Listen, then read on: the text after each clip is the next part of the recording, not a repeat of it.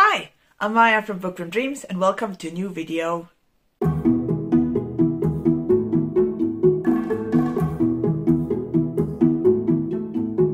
This video will be a continuation of the telephone tag. Kristina made the first part of this tag and I'm just going to continue on and then tag someone else to continue on after me and hopefully so on and so on and so on. I saw this tag first on the Reading Rent's channel. I will leave the link to her video down below and then to the video of the original creator of the tag. In this tag you are supposed to connect 10 books by some element. It could be the name of the author, the title, something on the cover, the color, anything you can find. Any kind of connection works.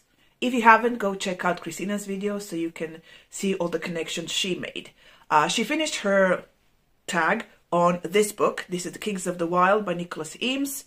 And I'm just going to continue on with this one. So this awesome fantasy book has a group of people with weapons and such, and they are set off on this rescue mission. So I am choosing this book to connect with this one. So this is The Malevolent Seven by Sebastian de Castell. I read this year. So in this book we follow a group of people on a mission. It's a rescue mission, well technically, sort of, but basically we follow our main character whose name is something Cade. Not Cade. It is Cade! Huh! In this book we follow Cade, who is not a good guy. He is a wizard for hire and he's been hired to do a job which turns out to be more and more complicated as time goes on, and he has to collect a group of 7 other wizards or whatnot to help him achieve his task.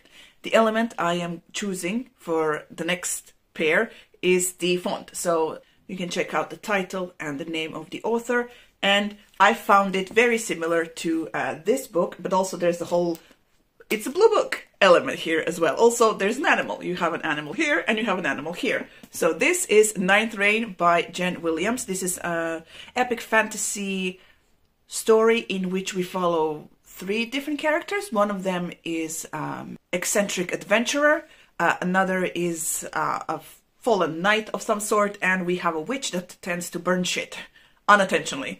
So the 3 of them are sort of set on a mission to, I guess, sort of figure out the past, but also try to prevent the 9th reign from happening. And this is an event where, if I remember correctly, I read this a couple of years ago, like a bunch of aliens come from outer space and then they wreak havoc. I think that was the point of this. I have to continue on with the series. I haven't, but I should, because it was really a really fun read. So since this book has an animal on the cover, I chose another book with an animal on the cover, and that is the Kaiju Preservation Station. See, animal, creature animal, let's call it that. So this is a book by John Scalzi. This is science fiction. This is such a fun book. This is a science fiction about a man who loses his job during the pandemic, and he sort of runs into an old friend, and he tells him, well, if you don't have a job, if you don't like the job you're having right now, well, I have a, proposition for you. Come work with me for the Kaiju Preservation Society, where basically you go to another world, I believe, and you take care of kaiju, and then stuff happens. In classic John Scalzi fashion.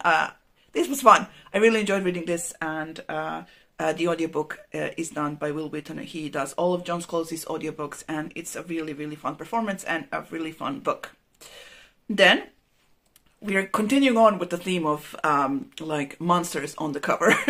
On this cover you have an improbable monster, a kaiju, and then on this cover you also have an improbable monster, but just because, they are extinct. And that is Jurassic Park by Michael Crichton. See? Monster, dinosaur. So this is a science fiction book in which we follow a group of scientists who have been invited to check out Jurassic Park. This was supposed to be an amusement park for children where a very, very rich man brought dinosaurs back to life. So while they're doing like a test run of this park or the ride of the park, stuff goes wrong and, aliens and dinosaurs roam and start eating people. This is a really, really fun read if you are into science fiction thrillers. The element I chose to pick from this book is the movie adaptation. So the next book I picked also has a movie adaptation, and that is The Martian by Andy Weir. Here you can see Matt Damon. He plays Mark Watney. He's an astronaut that's been sort of left behind on Mars, and he has to survive by himself. and try to get rescued. And that is basically what happens. This is also a very entertaining book because Mark Watney really takes on this problem and tries to solve it with his knowledge and humor. It's a really fun read, and I would definitely recommend it. And after you read the book, watch the movie, because the movie is really awesome as well. Speaking of a person or people trying to solve their problems with science, the next book that is connected in that way is Vicious by V.E. Schwab. So in this book we follow two friends, I don't know their name, Victor and Eli. So they're basically trying to give each other superpowers through science. They do science experiments, stuff works, doesn't work, then works really well, and the two of them get superpowers. And then from then on you sort of follow this dissolution of their friendship and partnership, because of course problems arise, and they, someone gets killed, and then someone gets accused of murder and stuff, and then someone gets sent into prison, and then they break out of prison and they go on a, revenge spree to, not like clear their name, but, to kill the other guy. So yeah, this was a fun read. Definitely if you're into V. Schwab's writing, it's science fiction, but it's very easy to follow, easy to read. Element I'm going to focus for this book is the red and black colors that you can find on the cover. And the book I'm going to pair it with is, of course, The Last Smile in Sonder City by Luke Arnold. You can see black and red, see, really cool. So this is an urban fantasy story in which we follow Fetch Phillips. Fetch Phillips lives in a dystopian world in which some of his actions caused the magic of his world to disappear. So all the magical creatures that live in his world, like vampires, and you have sirens, you have like the fae and whatnot, are slowly dying because the lack of magic. And he sort of works as a private detective, helping the magical creatures of his town, Sonder City, with various problems. This is a really cool fantasy right now trilogy, because I'm not sure if the fourth book is coming out. Basically, throughout the book, we follow Fetch as he's working on a specific case, but also trying to atone for the mistakes of his past. And he suffers through it greatly.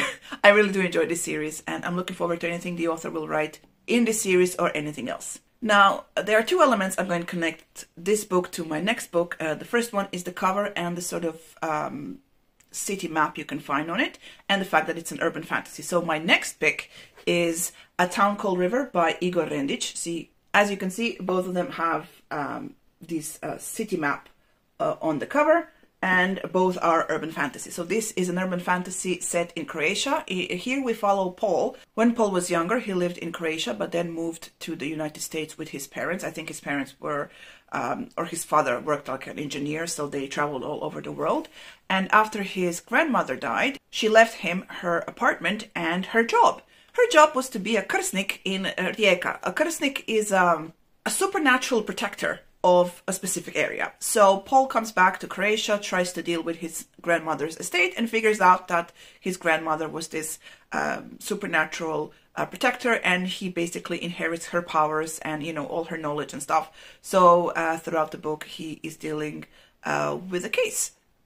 And I don't want to spoil stuff, because it's a really interesting take on an urban fantasy, specifically because it has elements of Slavic mythology. So if you get a chance, please do check it out. And the last book I'm going to mention, because it's the 10th book, you're supposed to connect 10 books, is a book that also has elements of Slavic mythology, and that is Slavic Supernatural. This is an anthology in which you have several short stories of various authors dealing with various creatures of the Slavic mythology. On the cover we have Morana. She is the goddess of death and winter, and she is pretty awesome. There are some creepy stories about her in this anthology.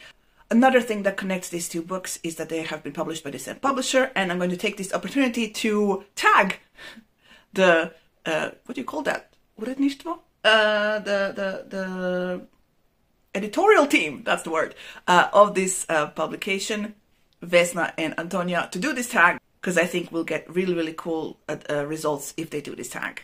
So that's it. Those are my 10 books. Oof, here they are, connected in very interesting ways, and I dropped them now. As I mentioned before, I'm tagging the editorial team of Striga to do this tag.